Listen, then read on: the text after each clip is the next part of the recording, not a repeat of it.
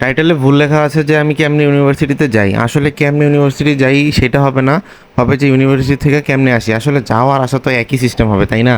যেই বাসে যাই সেই বাসেই তো আসবো।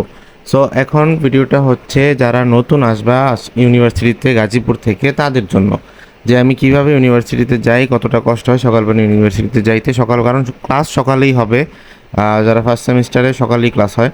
সো প্রথমে ইউনিভার্সিটি যাওয়ার সময় আমি এখানে আশুলিয়া পর্যন্ত একটা অটো নিয়ে নিই। অটো ভাড়া হচ্ছে 40 টাকা। সো 40 টাকা খরচ করে আমার যেতে হবে আশুলিয়া। আর আশুলিয়া থেকে বাস চলে, আর বাসের জন্য অনেকক্ষণ দাঁড়ায় থাকা লাগে। তারপর গ্রামের এই সুন্দর দৃশ্য দেখতে দেখতে যাচ্ছিলাম আশুলিয়াতে। আশুলিয়া জায়গাটা মানে এত ধুলাবালি, ওই জায়গাটায় মানে অসহ্য লাগে, এত বেশি ধুলাবালি, সকালে হোক রাত্রে হোক যখন ইচ্ছা। তারপরে এই তো বাস পেয়ে গেছি আসতে না আসতেই। তো আজকে লাকটা ভালো ছিল তাই বাসটা পাইছি, নর্মালি আমি পাই না কোনো দিনই। এসে দাঁড়াই থাকা লাগবে আমার, 10 মিনিট আধা ঘন্টা দাঁড়ানোই লাগে।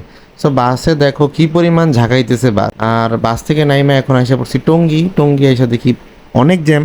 আর এখন উঠবো অটোতে, কারণ অটো ভাড়া হচ্ছে এখান থেকে 50 টাকা। তোমরা জানোই টঙ্গী থেকে স্টেশন রোড থেকে জয়দেবপুর রেলগেট পর্যন্ত 50 টাকা ভাড়া।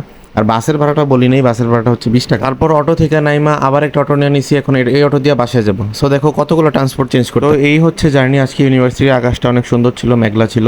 সো এখন যোগ করে বললো যে হ্যাঁ কত টাকা হয় আমার কমেন্টে জানাও।